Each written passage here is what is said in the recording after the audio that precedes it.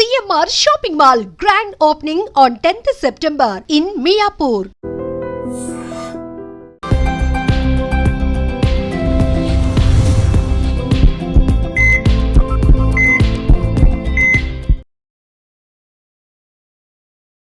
నమస్తే, welcome to healthy conversations with iDream media. నేను మీ Jhansi. So ఈ రోజు మనతో ఉన్నారు 40 ఏళ్లకు పైగా ఆయుర్వేద వైద్యంలో తనకంటూ ఒక ప్రత్యేక స్థానాన్ని ఏర్పరచుకున్న చిట్టుబొట్ల మధుసూదన్ శర్మ గారు. మరి వంటింటి చిట్కాలకు కేర్ ఆఫ్ అడ్రస్గా మనం చిట్టుబొట్ల శర్మ గారిని చెప్తూ ఉంటాము. మోకాళ్ళ నొప్పులకు సంబంధించి ఇంట్లో ఏదైనా తయారు చేసుకునే రెసిపీస్ ఉన్నాయా? పైన లేపనాలు కానీ మెడిసినల్గా తీసుకునేవి కానీ ఏమైనా ఉన్నాయా? ఈరోజు అడిగి తెలుసుకుందాము. నమస్తే అండి. నమస్తే మా. సార్, చాలా మందికి ఇప్పుడు వయసు రీత్యా వచ్చే వ్యాధులు అనొచ్చు. అందులో మోకాళ్ళ నొప్పిని మనం ప్రధానంగా చూసుకోవచ్చు. బట్ ఇప్పుడు యంగ్‌గా ఉన్నప్పుడే 30-40 లోపే చాలా మందికి మోకాళ్ళ నొప్పులొస్తున్నాయి. అసలు మన జీవనశైలిలో మార్పుల వల్ల మోకాళ్ళ నొప్పులొస్తున్నాయా? మనం దీన్ని ఏదైనా సెటరేట్ చేసుకొని వాటిని న్యాచురల్‌గా తగ్గించుకునే మార్గాలు ఏదైనా ఉన్నాయా? మోకాళ్ళ నొప్పులు రావడం ఒక వయస్సు వచ్చిన తర్వాత హ్మ్. చాలా మందిలో సర్వసాధారణం అమ్మా.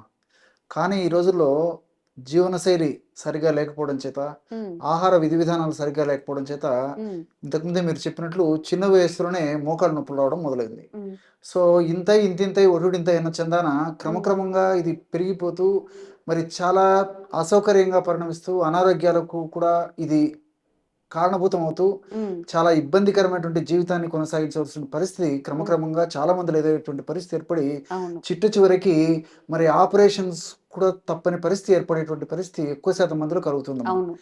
దీనికి ఇంతకుముందే చెప్పినట్లు జీవన విధానాలు సరిగ్గా లేకపోవడం. అంటే హ్మ్. వ్యాయామరహితమైనటువంటి జీవితము, అదేవిధంగా fast foods, junk foods, bakery foods, ice creams, carbohydrates ఎక్కువగా ఉన్నటువంటి ఆహార పదార్థాలు తీసుకోవడము, వేళకు ఆహారం తీసుకోకపోవడము, సమయానికి సరిగ్గా నిద్రపోకపోవడము, మానసిక ఒత్తిళ్ళు ఒకటేమిటమా. సో కరుణ చావుకి ఎన్నో కారణాలు అన్నట్లు హ్మ్. మరి ఈ సమస్యకు కూడా ఎన్నో రకాలైన కారణాల వల్ల ఈ సమస్య రోజు రోజుకు ఎక్కువ శాతం మందిలో మరీ విపరీతంగా కనిపిస్తోందమ్మా. అవును. హ్మ్. దీనికి అవగాహన లేకపోవడం చేత, ఆరోగ్య స్పృహ సరిగ్గా లేకపోవడం చేత, మరి ఎవరికి ఇష్టానుసారంగా వాళ్ళు ఇష్టానుసారంగా హ్మ్. వాళ్ళకి ఇష్టం వచ్చినట్లు హ్మ్. పప్రిమెంట్ లాగా ఈ మెడికల్ షాప్‌లో దొరికేటువంటి పెయిన్ కిల్లర్స్ వాడి తాత్కాలికంగా ఆ యొక్క సమస్యల నుంచి బయటపడినప్పటికీ ఎన్నో రకాలైనటువంటి కొత్త కొత్త రుగ్మతలకు కూడా బారిన పడేటువంటి అవకాశం ఏర్పడుతుందమ్మా. హ్మ్. ఈ నేపథ్యంలో చక్కటి ఆరోగ్య అవగాహన కలిగి ఉండి, ఆరోగ్య స్పృహను పెంపొందించుకొని, ప్రకృతిలో లభించేటువంటి చక్కటి ఔషధాలను మనం సద్వినియోగం చేసుకున్నట్లయితే హ్మ్. అన్ని సైడ్ బెనిఫిట్స్‌తోనే ఆ యొక్క సమస్య నుంచి బయటపడొచ్చమ్మా. ఓకే. సో, ఇంతకుముందు గూడా గత కొన్ని వీడియోల్లో గూడా హ్మ్.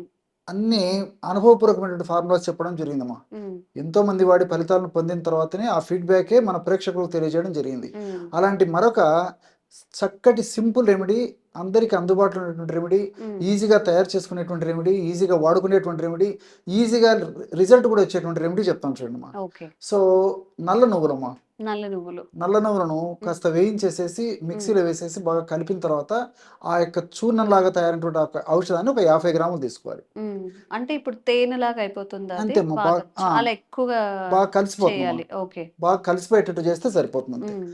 బరక చూర్ణం అంటారమ్మా దాన్ని. హ్మ్. హ్మ్. బరక బరకగా చూర్ణం. హ్మ్. అంటే అదంతా మిక్స్ అయిపోతే సరిపోతుంది. ఓకే.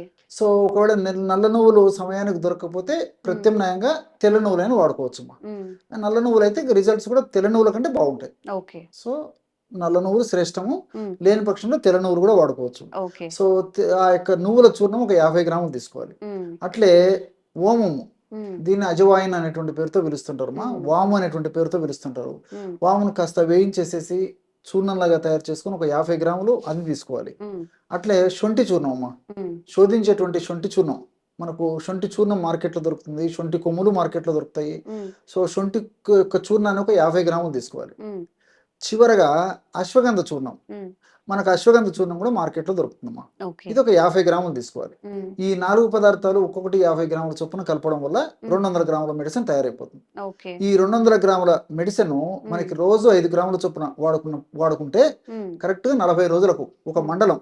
హ్మ్. సర్వసాధారణంగా ఆయుర్వేద ఔషధాలు మినిమమ్ ఒక మండలం వాడాలని చెప్పి చెప్తుంటారమ్మా. ఓకే. సో, ఇది ఒక మండలానికి సరిపోతుంది. హ్మ్. సో, ఉదయం ఒక అర టీ స్పూన్ పొడి, రాత్రిపూట ఒక అర టీ స్పూన్ పొడి. హ్మ్.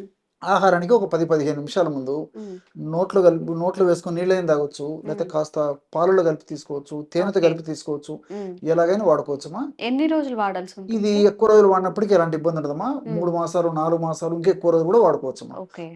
ఎక్కువ రోజులు వాడిన ఇబ్బంది ఉండదు. కానీ ఇక్కడ మీరు గమనించాల్సింది ఏంటంటే అమ్మా, శొంఠి వేడి చేసేటువంటి గుణం ఉంది, నువ్వులకి వేడి చేసేటువంటి గుణం ఉంది, వాముకు వేడి చేసేటువంటి గుణం ఉంది. సో కొంతమంది శరీర తత్వాన్ని అనుసరించి మరి హాఫ్ టీ స్పూన్ అంటే 2.5 గ్రామ్స్ ఒక పూటకి, అంటే రోజుకి ఒక 5 గ్రాముల చొప్పున తీసుకున్నటువంటి వాళ్ళలో కొంతమందిలో మాత్రం వేడి చేసేటువంటి తత్వం ఉండి వేడి గుణం ఉండేటువంటి వాళ్ళలో వేడి లక్షణాలు ఉత్పత్తి అవుతుంటాయి. సో ఈ నువ్వులు, వాము, శొంఠి సర్వసాధారణంగా వేడి గుణాలు ఉంటాయమ్మా. సో సర్వసాధారణంగా వేడి తత్వం ఉండి వేడి చేసేటువంటి తత్వం ఉన్నటువంటి వాళ్ళలో అయితే కొంతమందిలో ఈ యొక్క ఔషధం వాడుకోవడం వల్ల, అంటే ఈ డోస్ అమ్మా, సో ఔషధం అయితే మంచిదే, కొంచెం డోస్ ఎక్కువ తీసుకోవడం వల్ల కొంతమంది వేడి లక్షణాలు ఉత్పత్తి అవుతుంటాయి.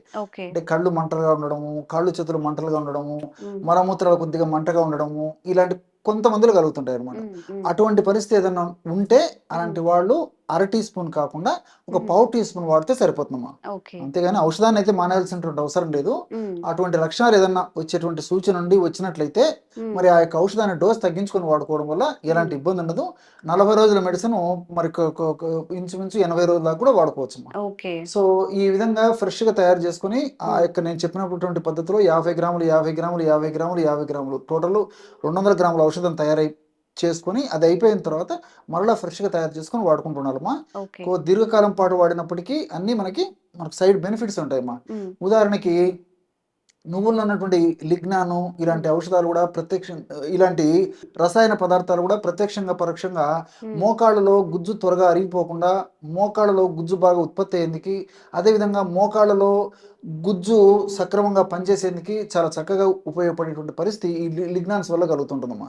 అదేవిధంగా శొంఠిలో షాగోలు, జింజరాలు అనేటువంటి రసాయన పదార్థాలు కూడా నొప్పిని తగ్గించేందుకు చాలా అద్భుతంగా పనిచేస్తాయి. అంతేకాకుండా ఈ నొప్పి అనేటువంటి ప్రక్రియ జరిగేటప్పుడు ఆ నొప్పి అనేటువంటి ప్రక్రియ జరిగేటువంటి భాగంగా ఆ ప్రాంతంలో మోకాళ్ళ భాగంలో IL-2, అదేవిధంగా IL-2 తర్వాత ప్రోస్టాగ్లాండిన్స్ ఇలాంటివన్నీ అనేక రకాలైన రసాయన పదార్థాలు ఉత్పత్తి అవుతుంటాయమ్మా.